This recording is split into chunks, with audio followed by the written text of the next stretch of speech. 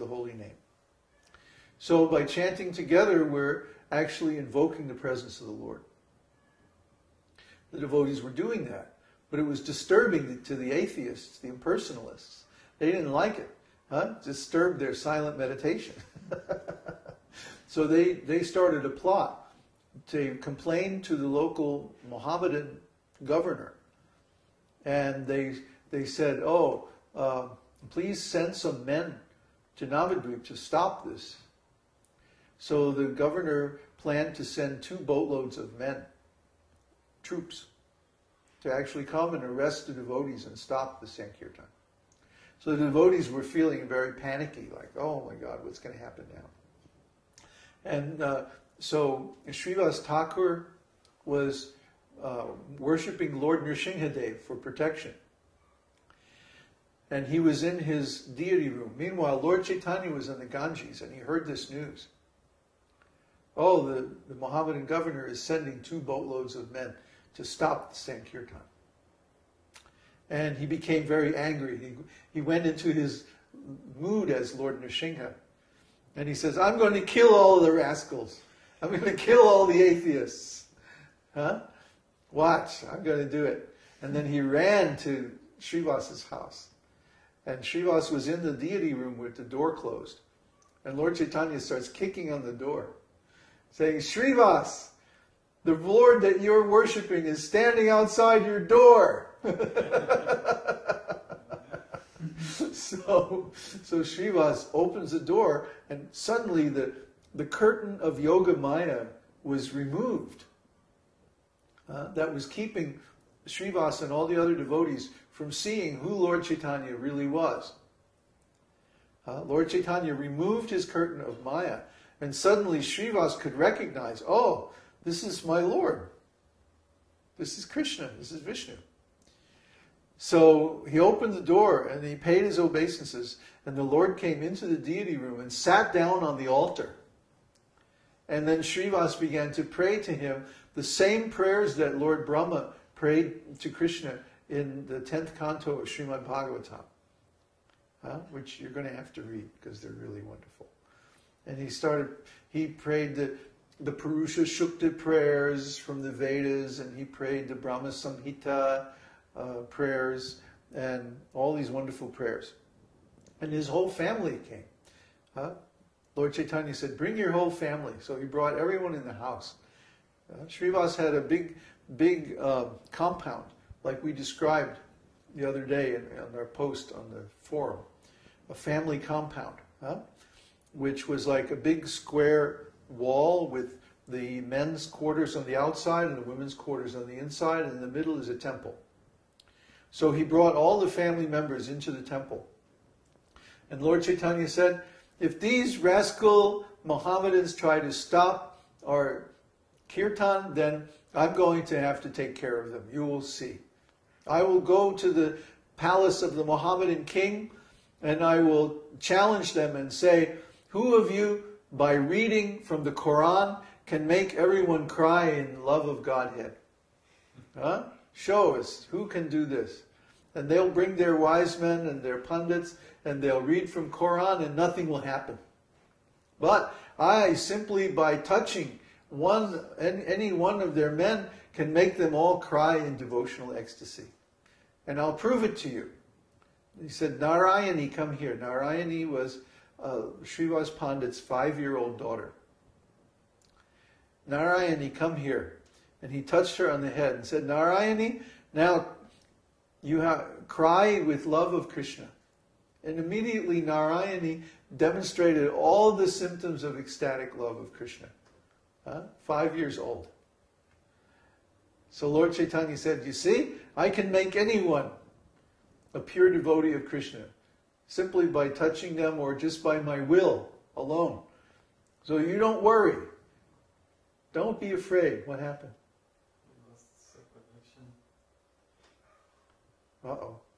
I think it's because of the cell phone. The rascal's cell phone? What happened?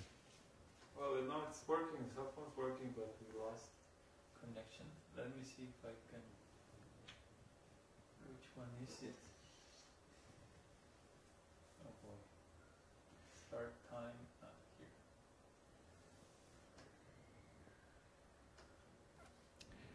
Crazy computers. Oh boy. When they work, they're great, but when they don't, They really don't. it's horrible.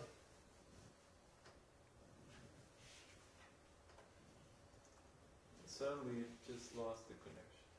A hiccup. There's no meeting room like this name. Yep.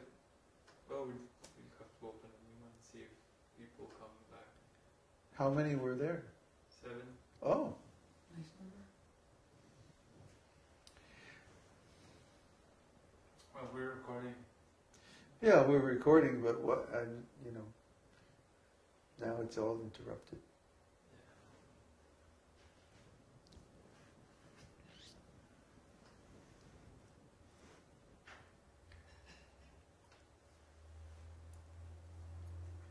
Okay, so we open the session. Started a new meeting. Yeah.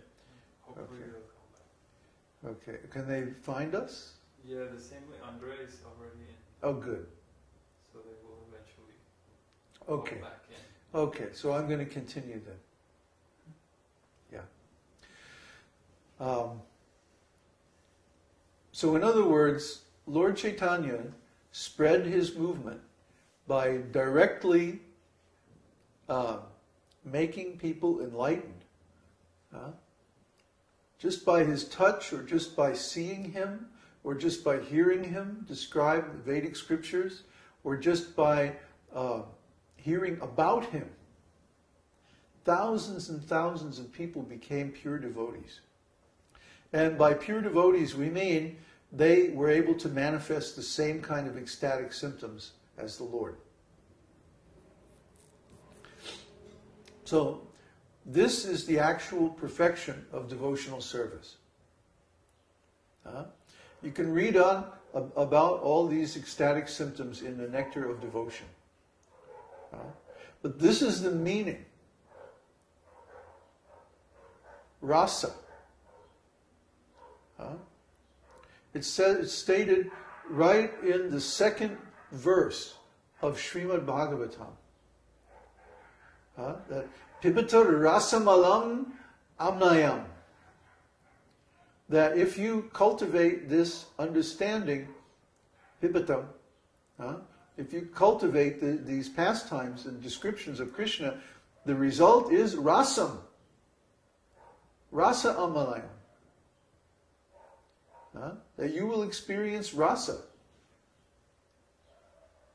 That's why the Śrīmad Bhāgavatam is not spoken by Vyasa. It's spoken by his son, Shukadeva Goswami. Shuka means parrot. So Shukadeva, he is like the greatest parrot, the divine parrot, Shukadeva, like the king or the god of parrots, right? And he's a pure devotee, and he's situated in rasa.